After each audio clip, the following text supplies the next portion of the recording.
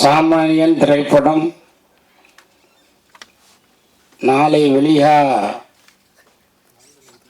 நேரத்தில்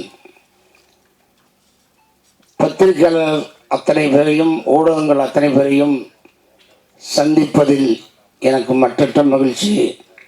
அந்த ஒரு அரிய வாய்ப்பினை எனக்கு வழங்கிய மதிப்பிற்குரிய தயாரிப்பாளர் வி மதியழகன் அவர்களுக்கும், இணை தயாரிப்பாளர் பாலா அண்ட் சதீஷ் அவர்களுக்கும், கதையாசிரியர் கார்த்திக் குமார் அவர்களுக்கும், அருமைக்குரிய டைரக்டர் ராஜேஷ் அவர்களுக்கும், அன்பு தம்பி லியோ சிவா அவர்களுக்கும், அனைவருக்கும் நான் நன்றியை தெரிவித்துக் கொள்கின்றேன். இந்த பத்திரிகையாளர் சங்கத்தின் சந்திப்பை பிரமாதமாக ஏற்பாடு செய்து நல்லபடியாக நடத்தி கொண்டிருக்கும் அருமை பிஆர்ஓ அண்ணன் ஜான் அவர்களுக்கும் நான் நன்றியை தெரிவித்துக் கொள்கின்றேன். நான் திரைப்படம் நாளைக்கு ரிலீஸ் ஆகும்போது பத்திரிக்கையாளர்னு பார்க்குறது இதுதான் எனக்கு ஃபஸ்ட் டைம். உங்களையெல்லாம் இப்படி சந்தித்து, இப்படி ஒரு படம் நடித்து, இவர் ஒரு படம் எடுத்து, இவர் படம் இயக்கி, இந்த மாதிரி இருக்கணும், பத்திரிக்கையாளரை பார்க்கணும்னு ஆண்டவனே அந்த விபத்திலிருந்து தப்பிக்க வைத்து, நாம் எத்தனையோ பத்திரிகையிலும் சரி, வாழ்க்கையிலும் சரி, டயலாக்லையும் சரி, மயிரிழையில் உயிர் தப்பினார் அப்படிங்கிற வாசகத்தை கேட்டிருக்கோம். நான் லைஃப்பில் அனுபவித்தேன். அந்த விபத்தில் இருந்து மீண்டு வந்து சாமானியன்ற ஒரு திரைப்படம் நடித்து, அந்த படத்திற்கு நான் வெகு நாளாக ஆவலாக இருந்த அருமைக்குரிய இசைஞானி அண்ணன் இளையராஜா அவர்களை இவர் கொண்டு சேர்க்கும்போது எனக்கு மிக மிக சந்தோஷம். என்னுடைய படங்கள் இன்னைக்கும் வில்லேஜஸ், ஐ மீன் கவர்மெண்ட் பஸ் ஆகட்டும், பிரைவேட் பஸ் ஆகட்டும், லோடு லாரி ஆகட்டும், கண்டெய்னர் ஆகட்டும், ஆட்டோ ஆகட்டும், எதுவாக இருந்தாலும் எல்லோருமே இரவிலே தூக்கம் வரக்கூடாது என்பதற்காக அவங்க சொல்லக்கூடிய வார்த்தை நான் கேட்கின்றேன். இளையராஜா அவர்களும் அண்ணன் அவர்களும் நானும் அந்த சேர்ந்த பாட்டை கேட்டால் எங்களுக்கு தூக்கம் வரவில்லை, ஒரு மனசு இதமாக இருக்குது என்பது. அந்த மாதிரி அற்புதமான பாடல்கள் கொடுத்த அண்ணன் இசையனை சேர்த்தது தயாரிப்பாளருக்கும் டைரக்டருக்கும் நான் ரொம்ப கடமைப்பட்டிருக்கேன். இப்போ தயாரிப்பாளர் சொல்லும்போது என்னென்னா, நான் நிறையா படங்கள் கதை கேட்டுக்கிட்டு தான் இருந்தேன், இல்லாமல் இல்லை. பட் எனக்கு அது செட் ஆகலை. ஏன்னா நம்ம அதை நடித்து போகலாம். நடிகன்னா எல்லா வேஷமும் நடிச்சு தான் ஆகணும், அதுதான் நடிகன். ஆனால் அது எந்த ரூபத்தில் ஒர்க் அவுட் ஆகும் பாருங்க. வரமே தலைவர் புரட்சி தலைவர் எம்ஜிஆர் இருக்கார், நடிகத்தில் சிவாஜி சார் இருக்கார். இப்போ உலகத்துக்கே நடிப்பு சக்கரவர்த்தி, நடிப்பை கற்றுக் கொடுத்தது யாருன்னா நடிகத்தில் சிவாஜி சார். அதே மாதிரி உலகத்துக்கு முதல்ல ஒரு படத்தில் நடித்து தொடர்ந்து ஒரு 10 வருஷம் 3 தடவை ஜெயிச்சவர் புரட்சி எம்ஜிஆர் அவர்கள்.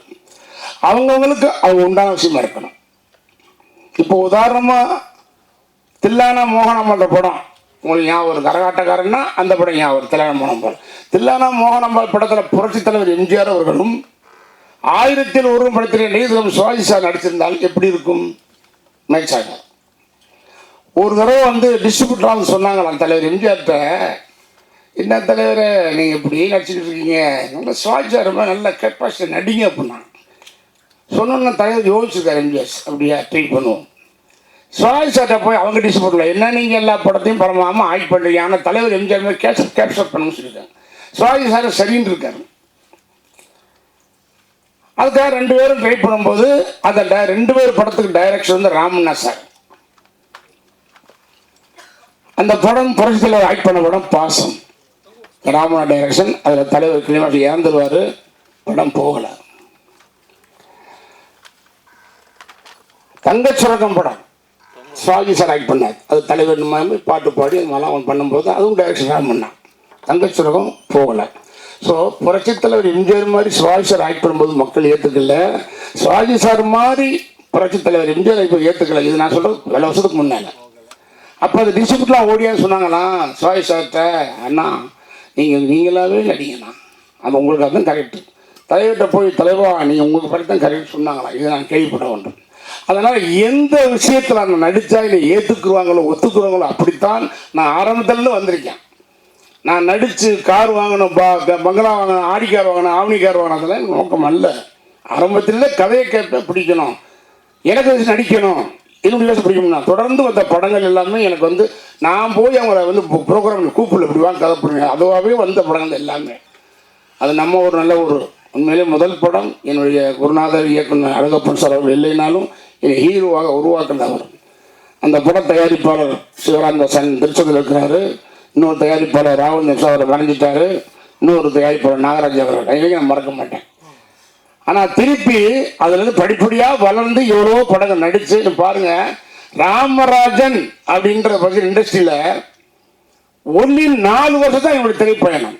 Only 4 years. 86 நவம்பர் 28 படம் நம்ம ஊர் ரிலீஸு.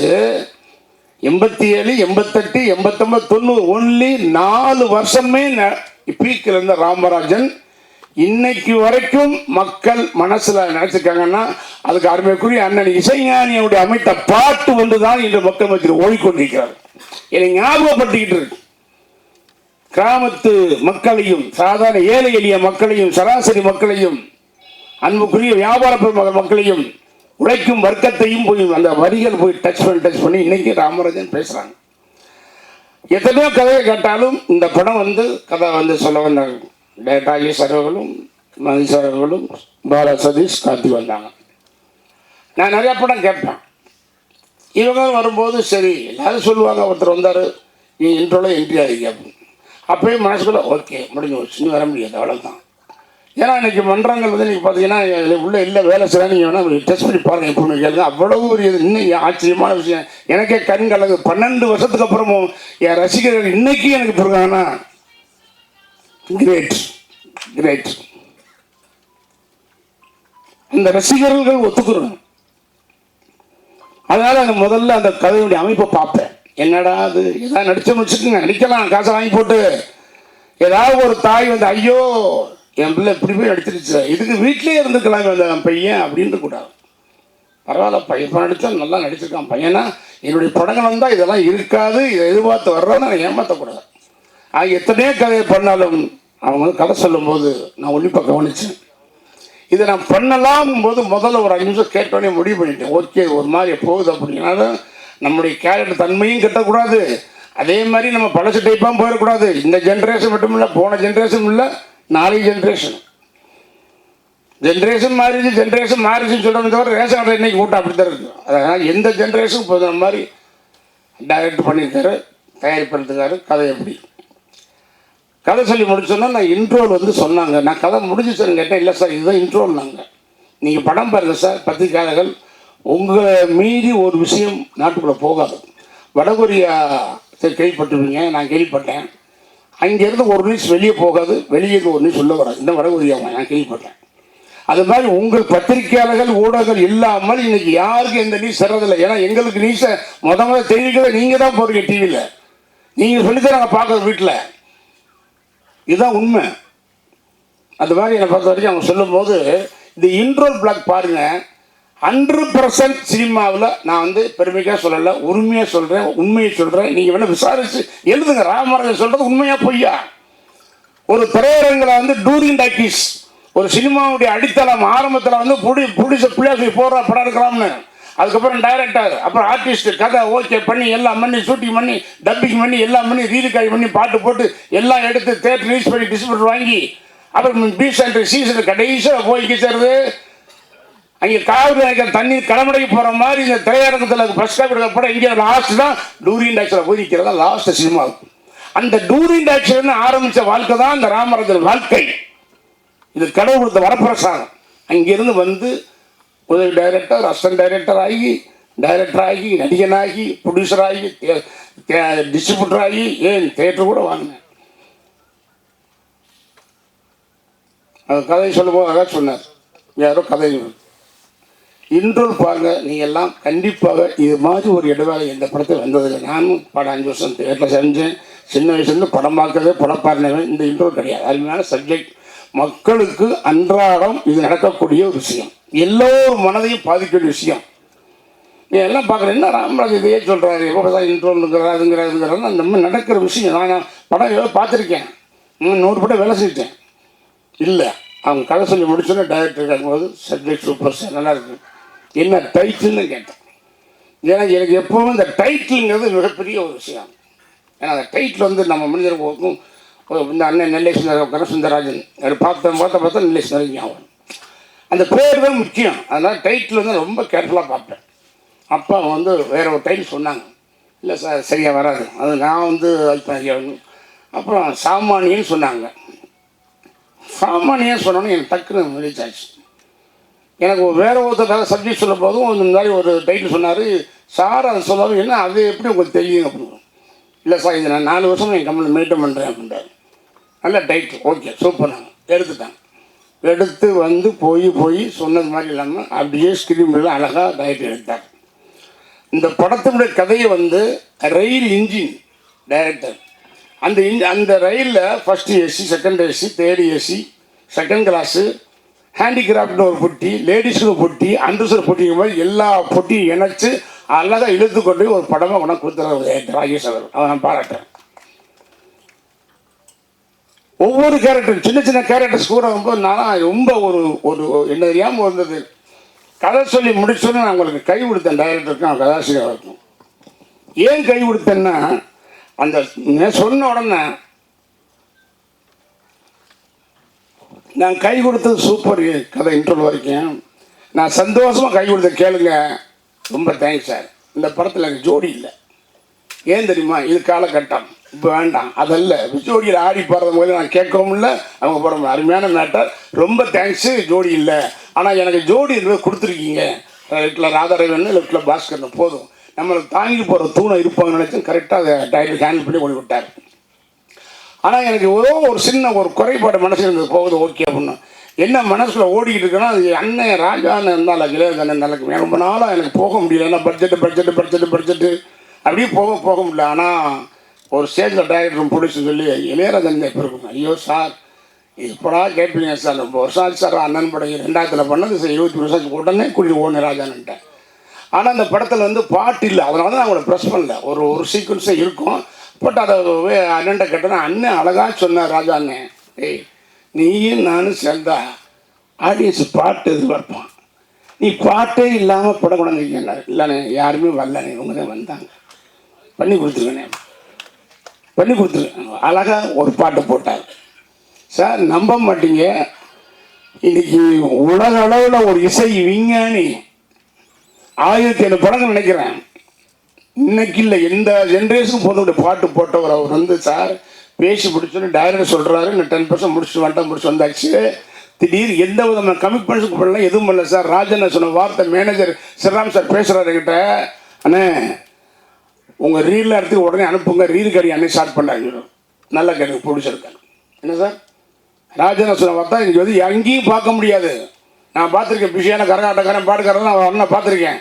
அவர் பாருங்க என்ன ஒரு உணர்வு அன்பு இருந்தால் அந்த மண் வாசல் விடுறது. ராமராஜன் படம் மேனேஜர் பேசுகிறாரு, மேனேஜர் சொல்கிறாரு நீங்கள் உடனே ரீல் அனுப்புங்க, ரீல் கடி ஸ்டார்ட் பண்ணுறா சார். எந்த கமிட்மெண்ட்டும் இல்லை, ரீல் கடி ஆரம்பிச்சார். அட்வான்ஸ் வாங்க, அதான் சொல்கிறேன். இதுவுமே வாங்கலாம், அட்வான்ஸ் வாங்கலாம், ஒன்றுமே பேசலை சார். Reel அனுப்புன்ட்டார் sir. போட்டுட்டு அவர் தூங்கும்போது அப்புறம் நான் போகும்போது ஒரு நாள் என் உள்ள வான்னு கூப்பிட்டு ஒரு பாரு அப்படின்னாரு. அந்த இடத்துக்கு போகும்போது ஒரு மியூசிக் போட்டிருப்பாரு. ஏன்னா கரகாட்டக்காரனுக்கு போடுறப்ப மியூசிக் அது இங்கிலீஷ் போடுற மாதிரி இருக்குன்னு சொன்னேன். நான் இங்கே வான்னு பாட்டை காமிச்சார். ஸோ எதுக்கு நான் சொல்கிறேன்னா சார், உணர்வுபூர்வமாக படங்கள், வசனங்கள், ஃபைட்டுகள் இதுக்கெல்லாம் ரீப்ளேஸ்மெண்ட் கிடையாது. ஆனால் திரைப்படத்தில் வந்து ஒன்ஸ் மோர் கேட்குறதும் ரிப்புடேஷன் ஆடியன்ஸும் வருவது சாங்குக்கு மட்டும்தான் வரும். அந்த அருமையான பாடலை கொடுத்த ராஜான் அவர்கள் அழகாக பண்ணி வைக்கிறார். அவரே ஒரு சுச்சுவேஷன் உருவாக்கி அந்த இடத்துல ஒரு பாட்டை வைக்க சொல்லி கிளைமாஸ் அருமையான சிவர், அவர் அருமையான பாடகர், அவர் மலையாள மியூசிக்கார், சூப்பராக படிக்கிறார். அண்ணன் டிஎம்எஸ் அவர் மாதிரி சேஜாஸ் மாதிரி அழகாக படிக்குது. ஒரு நல்ல படம் உண்மையிலே. எனக்கு என்ன ஒரு நல்ல படத்தை நடிச்ச பரவாயில்ல. எனக்கு வந்து ஒரு உணர்வை வந்து எனக்கு தனி எல்லாரும் எழுதிங்க சார், அவங்களுக்கு ரொம்ப நன்றி கடன்பட்டிருக்கேன். ஒரு வார்த்தை வெல்லும், ஒரு வார்த்தை கொல்லும். திருப்பி திருப்பி திருப்பி நீங்கள் கதாநாயகனை தான் நடிப்பாராம், ஹீரோவை தான் ஆக்ட் பண்ணுவாராம், ஹீரோவை தான் ஆக்ட் பண்ணுவாங்க சொல்லி சொல்லி சொல்லி சொல்லி அவங்க ஹீரோவை தான் வந்து புக் பண்ணாங்க. இல்லைன்னா வேற கறி போட்டிருப்பாங்க. ஒருத்தர் என்ன சொல்கிறான், பாயில் வர்ற மீதில் போயிடுறேன், ஓகே. அப்புறம் கிளைமாஸ் என்ட்ரி ஆகிருக்கீங்க, அப்புறம் இன்ட்ரோ என்ட்ரி ஆகி இப்படிலாம் வருது. நான் கணக்கு பார்க்கணும்னா நம்ம ரசிகர் தான் சொல்லுவான். அவங்க அப்போ நீ சும்மா இருக்கலாமே, ஏன் போய் நடிச்சதில்ல, அதான் சொல்லி உரிமையோட கேரக்டர்லாம் பண்ணாத, ஹீரோ தான் ஆக்ட் பண்ணணும். உரிமையோடு சொல்கிறேன், என் தம்பி மாதிரி. இந்த படத்தில் ஒரு ஜோடி இல்லையாமே, ஜோடி தான் ஆக்ட் பண்ணுறேன்னு கேட்கான். இல்லை தம்பி அடுத்த படத்தில் போய் கதை அப்படி. ஸோ அந்த மாதிரி வந்து எனக்கு வந்து ஒரு என்ன சொல்கிறேன்னு தெரியல. ஒரு அற்புதமான படத்தை நடித்த பெருமை எனக்கு சந்தோஷம். பரவாயில்ல, 45ங்கிறது 50 படம் நடிச்சிடும் பார்த்தேன். ஏன்னா வந்துட்டு எல்லாம் நெருக்கி வந்துருச்சுல, ஒரு அமைஞ்சது அதுவாக அமைஞ்சதை கெடுத்துட வேண்டாம். ஒரு குடம் பாலில் ஒரு துளி விஷம் விட்டாலும் ஒரு குடம் பால் கெட்டு போகணும்னு சொல்கிற மாதிரி நல்லா இருக்கு சார். ஓகே சார், நடிச்சிட்டேன். மார்ச் 20 2020 மார்ச் 26 அமாவாசை அன்னைக்கு அட்வான்ஸ் பணம் கொடுக்குறேன்னு சொன்னாங்க சார். பாருங்கள், இங்கே என் படம் 44 படம் நிற்கிது, 144 நினைக்கிறேன். 2020 மார்ச் மாதம் 20ஆம் தேதி இந்தியாவுக்கும் ஊரடங்கு கொரோனா 144. எனக்கு திக்குன்னு என்னடா அது இப்படி போட 3 வருஷம் வெளியே வர முடியல. ஸோ இப்படி இருக்க முடியாது. நான் சாதாரண மனுஷன்னா நம்ம வாட்டி நடந்து போகலாம், அப்படி போகலாம் அப்படின்னு. அப்படியே வாக்கிங் போனால் கூட பாரு எப்படி இந்த ராமராஜ் இப்படி ஆகிட்டு. ஸோ அதை நம்ம ஊரில் வீட்டுக்குள்ளேயே கிடந்தாங்க. ஆனால் அந்த 45 50 நினச்சேன். 50 கூட நடிச்சா அது ஓகே, சினிமாவில் ஒரு ரெக்கார்டாக இருக்கும். ஆனால் ஒரு 50 கூட சோலோ வரத்தானே செய்யும் சார். ஒரு மனுஷனுக்கு ஆசை வரக்கூடாதா? பேராசைப்படக்கூடாது. படத்தை பாருங்கள், ஆசைப்படலாம். ஆசைப்பட்டேன், ஆக்சிடென்ட் ஆயிடுச்சு. ஆடி தள்ளிபடி மாதிரி 5 குறைச்சிட்டேன். வேணாம், 50 வேண்டாம், 40 போதும். கரெக்டாக 40 ஃபிலிம்ஸ் அழகாக கொண்டாந்து மதிகரன் சார்களும் பாலா சதீஷ் அவர் இணைஞ்சு அற்புதமானது. அவர் கதை என்ன, டைரக்டர் சார் தம்பி சிவா அவர்கள் உண்மையிலே ரொம்ப அந்த கேரக்டர் தன்மையாக பண்ணியிருக்காரு. கூட நடித்த நக்ஷா அவர்கள், சுமிருதி வெங்கட், தீபாக்கா எல்லாம் நல்லா நடிச்சிருக்காங்க.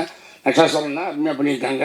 அது மாதிரி இன்னொரு வரையும் என்ன, எனக்கு இந்த படத்தில் வந்து ரொம்ப ஒரு முக்கியமான கட்டம் வந்தது. ராதாரி வேணும் எம்எஸ் பாஸ்கர் கூட நடித்து மிகப்பெரிய எனக்கு ஒரு தூண் மாதிரி. ஏன்னா ரவிகண்ணன் நான் வந்து ஆக்ட் பண்ணும்போது அசண்டாக இருந்தது பழக்கம். ரவிகண்ணன் எம்எஸ் பாஸ்கர் வந்து நான் அசண்டாக்கும்போது அவரோட குரூப் வைஸ் தரும்போது பழக்கம். 2 பேருக்கும் அறிஞ்ச முகங்கள். ஆனால் வரும்போது பயணம் ஈஸியாக இருந்தது.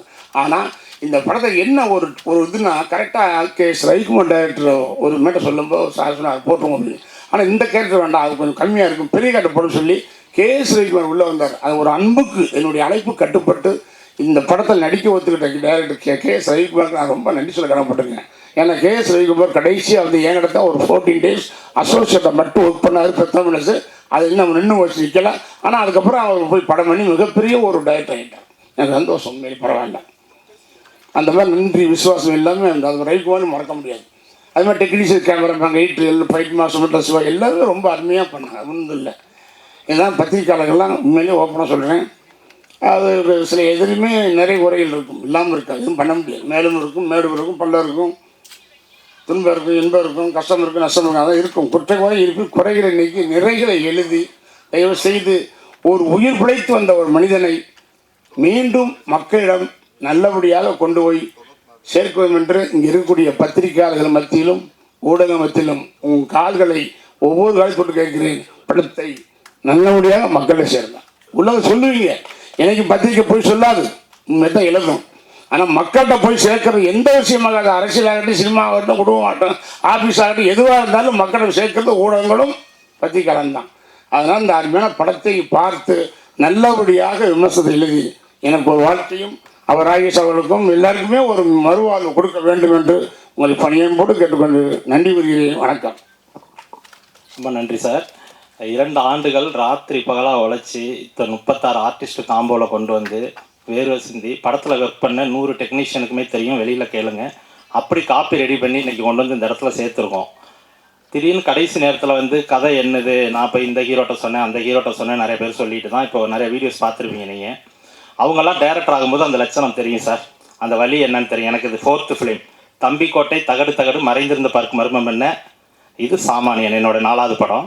ஸோ வந்து என்னென்னா, நான் டிஎஃப்டி படித்தேன், கோல்டு மெடல் ஸ்டூடெண்ட்டு. என்னோட எல்லா படத்துக்கும் ஸ்கிரிப்ட் நான் தான், ஓகேங்களா. அதனால் வந்து அவ்வளோ ஹார்ட் ஒர்க் பண்ணும்போது எவனோ ஒருத்தர் உரிமை கொண்டாடும் போது கர்மா இருக்குது, காலம் பதில் சொல்லும். அவங்க நடிகர் சிவகுமார் சார் சொல்கிற மாதிரி ஒருத்தர் வாழும்போது தெரியும்பாங்க நல்லவன் யார் கெட்டவன் யாருன்னு. அதனால் எதுக்கும் எக்ஸ்ப்ளனேஷன் தேவையில்லை, படம் பேசும் சார். வாழ்த்துக்கள் அனைவருக்கும். பார்த்துட்டு சொல்லுங்கள், ஏதாவது கேள்விகள் இருந்தால் சொல்லுங்கள் சார், தன்மையோட பதில் சொல்கிறோம் ப்ளீஸ். இன்னொன்று சொல்ல மாதிரி இருந்தாங்க, அதாவது என்னென்னா டைரக்டர், கதாசிரியர், ப்ரொடியூசர் வந்து கதை சொன்னது ஓகே. பட் ஒன் திங் என்னென்னா, இன்னைக்கு கதை வேறு ஒருத்தன்னு சொல்லி பேசுகிறேன். நான் ஓப்பனாக சொல்கிறேன், என்கிட்ட சொன்ன கதை அதுதான். ஆனால் கேரக்டர்ஸ் எல்லாம் நான் மாற்றிட்டேன். இல்லையா சார், இவங்க ஒரு ரூட்டில் போனாங்க, அந்த ரூட்டு வேணாம். பிகாஸ் நான் எக்ஸ்-எம்பி, பார்லிமெண்ட்டில் வந்தவன். நான் மக்களுக்கு நல்ல கருத்தை சொன்னால் தான் அந்த எம்பியை உட்காந்து கிடையாதுன்னு சொல்லி அந்த மேட்ரு வேணால் அது செல்ஃபிஷ் ஆகிடும் சொல்லி அந்த கண்டென்ட் இவங்க சொன்ன கண்டென்ட் ரூட்டை மாற்றி போனது சொன்னது நானும். சாரும் பண்ணாங்க, சார் பண்ணாங்க, ஓகே. இன்னொன்று கடனால பிரச்சனைனா டெய்லி தான் பேப்பர் பார்க்குறோமே, பேங்க் டார்ச்சரில் வந்து இந்த மாதிரி பண்ண பார்க்குறோம்ல, அது கதை சொல்ல முடியுமா? ஏன் இன்னைக்கு நான் நடனா நாட்டிய தேட்டர் 3 தேட்டர் வாங்கினேன். நான் அட்வான்ஸை 22 ஃபேஸ் போட்டுருந்தேன், என் கேட்டாங்க போட்டேன். பட் என்ன அப்படின்னா அவங்க பிடிக்கிட்டாங்க. அதுக்கு ஏன் கதை சொல்ல முடியுமா?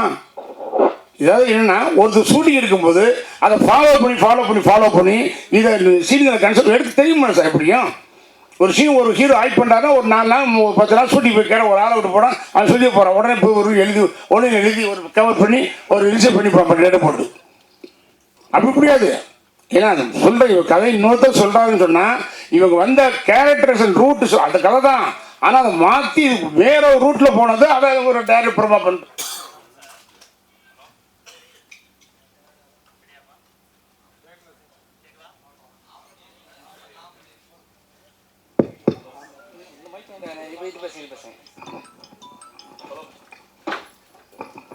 ஹலோ, கேட்குதா அண்ணா? அதாவதுண்ணா, இங்கே எல்லாருக்குமே ஒரு லோன் இருக்கும்ண்ணா. கை தூக்க ஏதோ ஒரு விதத்தில் தூக்கும். யாராவது கடன் இல்லாதவங்கள கை தூக்க 1-2 பேர் தூக்குவோம். அவ்வளோதான். நான் எல்லாருக்குள்ளேயும் இருக்கிற வாழ்க்கையில் இருக்க ஒரு சின்ன லைன் தான் இது. பொதுவான விஷயத்துக்கு தனிப்பட்ட முறையில் எவனும் உரிமை கொண்டாடக்கூடாதுங்கிறது தான் எங்களுடைய எழுத்தாளர் சங்கமும் தயாரிப்பாளர் சங்கமும் எங்களது இயக்குனர் சங்கமும் அதை தான் சொல்லி இன்னைக்கு இது பண்ணியிருக்கு, லெட்டர் கொடுத்துருக்கு. சங்கத்துக்கு நம்ம கட்டுப்படணும். பாலியல் வன்கொடுமை, குழந்தை இதுன்னு சொல்லி இது பண்ணுறது, பொது விஷயங்கள் இருக்குல்ல நாட்டில், இராணுவத்தை பற்றி இருக்கிறது, அரசியலை பற்றி இருக்கிறது, கடனை பற்றி இருக்கிறது, இதெல்லாம் பொதுவான விஷயங்கள். இதுக்கெல்லாம் யாரும் உரிமை கொண்டாட முடியாது. எல்லார் வாழ்க்கையிலுமே கனெக்ட் ஆகிற ஒரு விஷயம். அதை எவ்வளோ பெஸ்ட்டாக ஸ்க்ரீன் ப்ளே பண்ணி டயலாக் பண்ணி டைரக்ட் பண்ணி உங்களுக்கு கனெக்ட் ஆகி கண்கலங்க வைக்கிறோமோ அதுதான் that is the captain of the ship.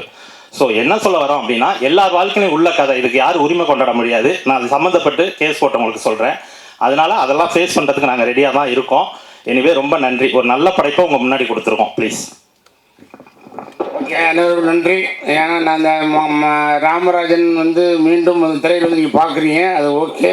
ஆனால் இந்த ஒரு நல்ல வாய்ப்பு, நான் என்னைய ஒரு டைரக்டர் ஆக்கினது யார், ஹீரோ ஆக்கினது எல்லாம் யார், மெட்ராஸ் விட்டது நான் எந்த தேட்டரில் வேலை செஞ்சனோ அந்த முதலையும் உள்ளே விட்டாது. யாரையுமே மறக்க மாட்டேன். திருப்பி கம்பேக்ன்ற பேரில் 45வது படம் அமைத்து கொடுத்த அருமைக்குரிய எனது தயாரிப்பாளர் மதியன் அவர்களுக்கும், அன்புக்குரிய பாலா சதீஷ் அவர்களுக்கும், கதாசி கார்த்திகளுக்கும், படத்தை அருமையாக இயக்கிய அண்ணன் ராகேஷ் அவர்களுக்கும், ஒத்துழைப்பு தந்த தம்பி லியோ சிவா அவர்களுக்கும், அவர் இந்த படத்துக்கு மிகவும் கஷ்டப்பட்டிருக்காரு. எல்லோருக்கும் நான் நன்றி தெரிவிக்கிறேன். என்றென்றும் உங்களை நான் மறக்கவே மாட்டேன். நன்றி, வணக்கம்.